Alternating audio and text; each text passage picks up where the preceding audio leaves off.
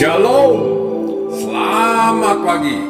Sate pagi hari ini bertemakan ketika Allah mendidik Ayub, dari seri buku Selamat Menabur, karya Pendeta Dr. Anda Ismail, terbitan BPK Gunung Mulia. Banyak orang salah menangkap kitab Ayub. Ada yang mengira bahwa ini cerita tentang orang yang tidak mengomel dalam penderitaan.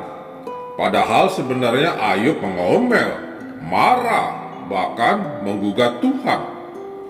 Ada salah paham yang lebih keliru lagi, yaitu yang mengira bahwa ini adalah cerita tentang orang yang diberi kekayaan karena taat kepada Tuhan. Itu malah bertolak belakang dengan maksud kitab Ayub. Baiklah, kita mulai dari awal. Apa yang menjadi pemicu penderitaan Ayub? Pemicunya adalah kebanggaan Allah. Allah bangga melihat orang seperti Ayub. Lalu Allah menceritakan rasa bangga itu kepada iblis. Hai, apakah engkau memperhatikan hambaku Ayub?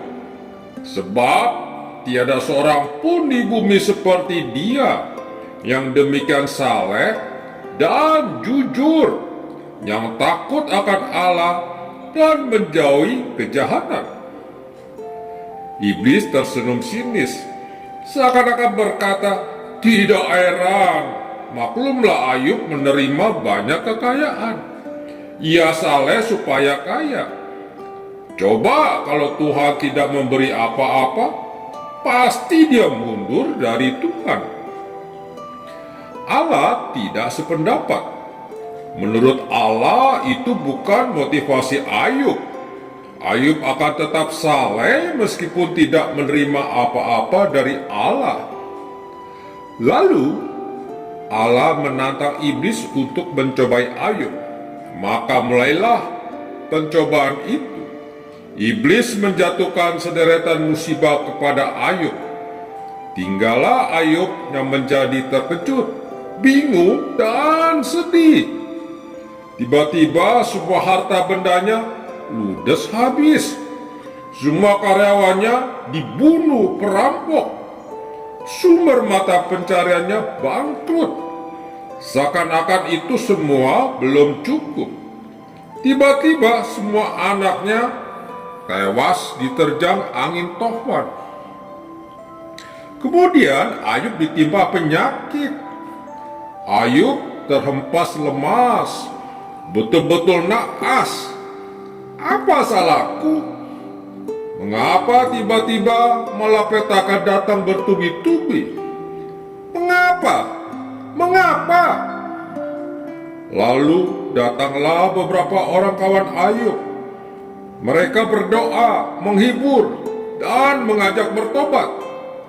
Jikalau engkau ini menyediakan hatimu dan menadahkan tanganmu kepadanya, jikalau engkau menjatuhkan kejahatan dalam tanganmu dan tidak membiarkan kecurangan ada dalam kemahmu, maka sesungguhnya engkau dapat mengangkat mukamu tanpa celah.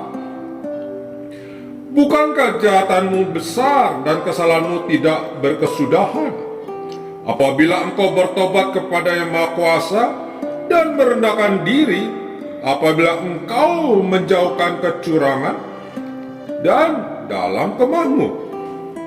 Mendengar nasihat teman-temannya itu, Ayub menjadi makin bingung dan sedih. Kecurangan apa yang ada di rumahku? Kami tidak salah apa-apa. Musibah ini bukan hukuman dari Allah. Tuhan bukanlah Tuhan yang suka membalas dendam. Ayub jadi berang dan memberontak para tamu itu. Aku sama sekali tidak membenarkan kamu. Sampai binasa aku tetap mempertahankan bahwa aku tidak bersalah. Sementara itu, penderitaan Ayub terus berkepanjangan. Ia heran mengapa Tuhan membiarkan semua ini terjadi. Ia berseru kepada Tuhan, "Aku tidak bersalah. Berapa besar kesalahan dan dosaku? Beritahukanlah kepadaku pelanggaran dan dosaku itu." Bukan Ayub jadi penasaran dan mengungkap Tuhan dalam doanya. Bagaikan di pengadilan, ia ingin membela perkaranya di depan Tuhan. Ia siap untuk menggugat Tuhan.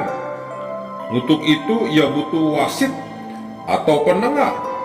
Ia butuh hakim yang bisa memutuskan perkara gugatan ini. Allah menanggapi gugatan Ayub, tetapi Allah bungkam terhadap pertanyaan Ayub mengenai sebab musabab penderitaan. Yang ditangkapin Allah adalah status Ayub. Siapakah gerangan Ayub sehingga ia merasa berhak menggugat Allah atau mempersalahkan Allah dalam persoalan ini? Di manakah engkau ketika aku meletakkan dasar bumi? Ceritakanlah kalau engkau mempunyai pengertian. Apakah engkau hanya meniadakan pengadilanku, mempersalahkan aku, supaya engkau dapat membenarkan dirimu? Ayub mendengarkan tanggapan Tuhan dengan kepala menunduk. Ia mengaku keliru. Semula ia mengira bahwa orang yang diberkati Tuhan tidak mungkin kena musibah. Tuhan jauh ketika orang sedang ditimpa malapetaka dan mengira bahwa Tuhanlah yang mendatangkan penderitaan. Tetapi semua itu ternyata tidak benar. Ayub menutup mulutnya dengan tangan, lalu mengaku, "Aku mencabut perkataanku." Apakah Tuhan menyalahkan Ayub atas ucapan yang pedas dan menggugat Tuhan? Ternyata tidak. Yang dipersalahkan Tuhan malah justru para teman Ayub, yang dengan alim berkata bahwa Ayub harus bertobat, dan yang berkata bahwa musibah ini adalah hukuman Tuhan atas dosa keluarga Ayub. Tuhan memarahi teman-temannya itu. "Murkaku menyala terhadap engkau dan terhadap kedua sahabatku, karena kamu tidak berkata benar tentang aku." Drama ini berakhir dengan kekalahan pihak teman-teman Ayub dan pihak iblis. Ternyata Ayub kena musibah bukan karena hukuman. Juga ternyata bahwa walaupun Ayub marah dan menggugat Tuhan, namun ia tetap dekat dengan Tuhan. Ia mengaku, "Sekarang mataku sendiri memandang engkau." Kisah Ayub adalah kisah pertarungan konsep-konsep. Menurut konsep iblis, manusia dekat dengan Allah karena ada maunya, yaitu ingin menerima kekayaan dan kesehatan. Sebaliknya, menurut konsep Allah, manusia bisa dekat dengan Allah walaupun tidak menerima apa-apa dari Allah. Pertarungan lain, menurut konsep para teman, musibah adalah tanda bahwa orang yang bersangkutan tidak diberkati Tuhan. Menurut konsep Ayub, juga di dalam dan melalui musibah ada berkat berupa kedekatan dengan Tuhan.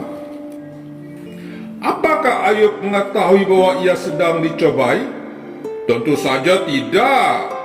Sebab kalau ia tahu, maka kedekatan kepada Tuhan hanyalah pura-pura saja. Justru karena Tuhan tidak memberitahu, maka Ayub bergumul dengan sungguh-sungguh. Inilah cara Allah mendidik atau mengkadernya. Ayub diberi beban berat, sementara itu mutu kesungguhannya imannya diuji. Menarik pula untuk disimak bahwa meskipun kitab Ayub adalah bagian Alkitab orang Yahudi, namun tokoh Ayub bukanlah orang Yahudi. Tokoh bijak ini adalah warga negara asing. Mungkin pengarang mau mendidik pembaca untuk berpikir universal. Drama ini berakhir dengan happy end. Ayub dikaruniai lagi anak-anak dan mendapat kembali harta benda, bahkan 2 kali lipat dari segala kepunyaannya dahulu. Apakah ini upah dari Tuhan karena Ayub tulus terhadap pencobaan? Bukan. Semuanya ini diberikan oleh Tuhan bukan sebagai upah, melainkan sebagai tanda bahwa pencobaan sudah berakhir.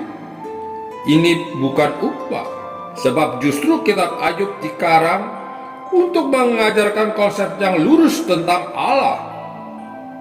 Allah bukanlah tukang ganjar yang memberi kesehatan serta kemakmuran para orang yang beribadah, dan memberi penyakit serta malapetaka pada orang jahat.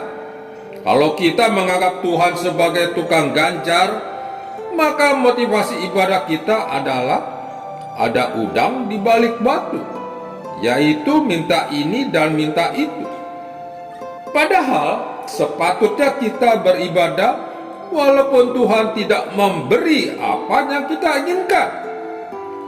Barangkali itu sebabnya mengapa cerita ini tidak mencatat bahwa Ayub sembuh dari penyakitnya.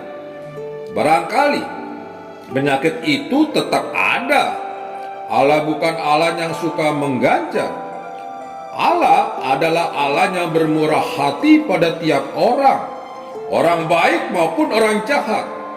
Sebab itu, sebaik-baiknya orang baik, jalan hidupnya adalah turun naik. Itulah drama Ayub.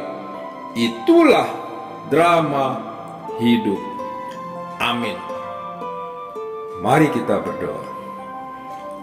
Bapa Surgawi, pada pagi hari ini kami bersyukur mendengar indahnya ujian Tuhan terhadap Ayub, dan biarlah kami dapat belajar melalui cerita ini.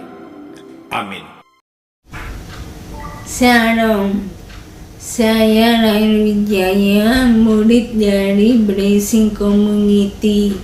Saya ingin mempersembahkan sebuah lagu untuk Tuhan, kiranya menjadi berkat bagi kita semua.